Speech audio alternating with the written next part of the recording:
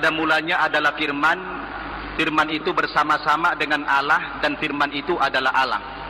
Dalam teologi Kristiani, firman diartikan sebagai manusia, firman yang hidup atau manusia. Karena dalam ayat 14-nya dipertegas, firman itu telah menjadi manusia. Dengan demikian dari dalil ini, di dalam diri Yesus itu ada unsur ketuhanan. Kan begitu. Dari segi redaksi ayat ini saja pun sudah janggal, Pak. Pada mulanya adalah firman. Berarti Yesus. Pada mulanya adalah Yesus. Yesus itu bersama-sama dengan Allah. Bersama-sama. Dan Yesus itu adalah Allah. Bagaimana mungkin bisa diterima oleh akal? Tadinya berpisah, kemudian bersama-sama, lalu menyatu. Sungguh aneh ayat ini sebenarnya. Pada mulanya saya bersama-sama dengan Yusuf, dan saya adalah Yusuf. Ini saya pikir lebih bingung lagi. Oke, itu menyangkut keyakinan Bapak, tapi harus lebih ilmiah sebenarnya. Karena begini, kalau memang Yesus itu Tuhan, kenapa di dalam Injil Markus dia tidak tahu kapan hari kiamat terjadi? Apa ada Tuhan tidak tahu kiamat kapan terjadi? 24 ayat 36 itu mengatakan Yesus tidak tahu. Ya sudah, gampang saja menyelesaikan masalah seperti itu dalam urusan Yesus sebagai manusia.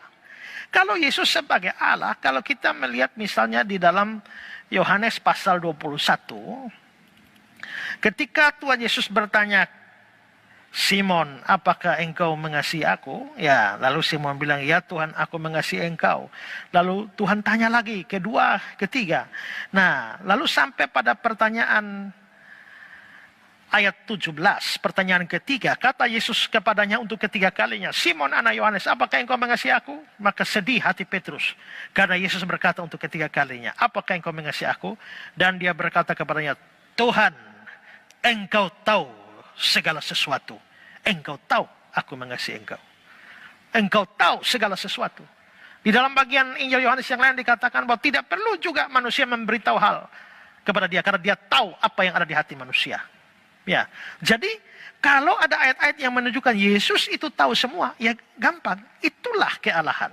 Tapi Matius 24 ayat 36, kok Yesus tidak tahu hari kedatangannya? Itu kemanusiaannya. Jadi baca Alkitab, ini karena masalah duinatur Yesus. Yesus itu Allah, tapi juga manusia bersatu dalam satu pribadi.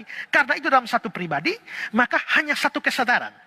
Ada kealahan, ada kemanusiaan dalam satu pribadi, satu kesadaran. Maka tidak bisa dua kesadaran sebagai Allah manusia muncul bersamaan, tidak.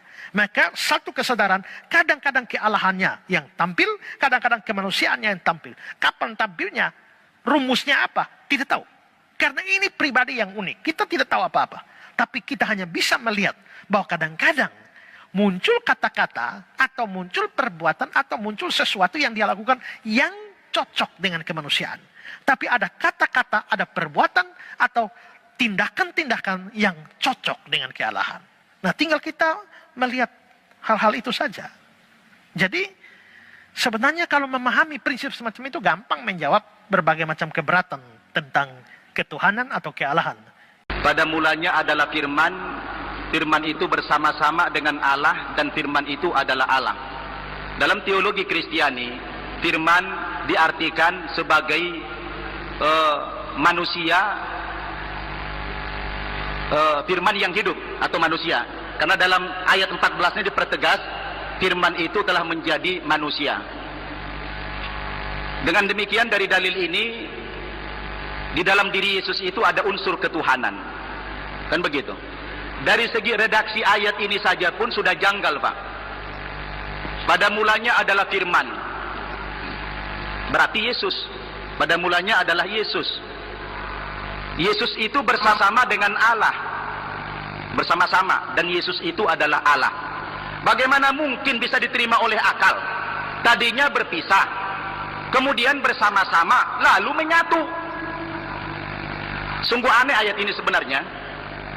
Pada mulanya saya bersama-sama dengan Yusuf, dan saya adalah Yusuf.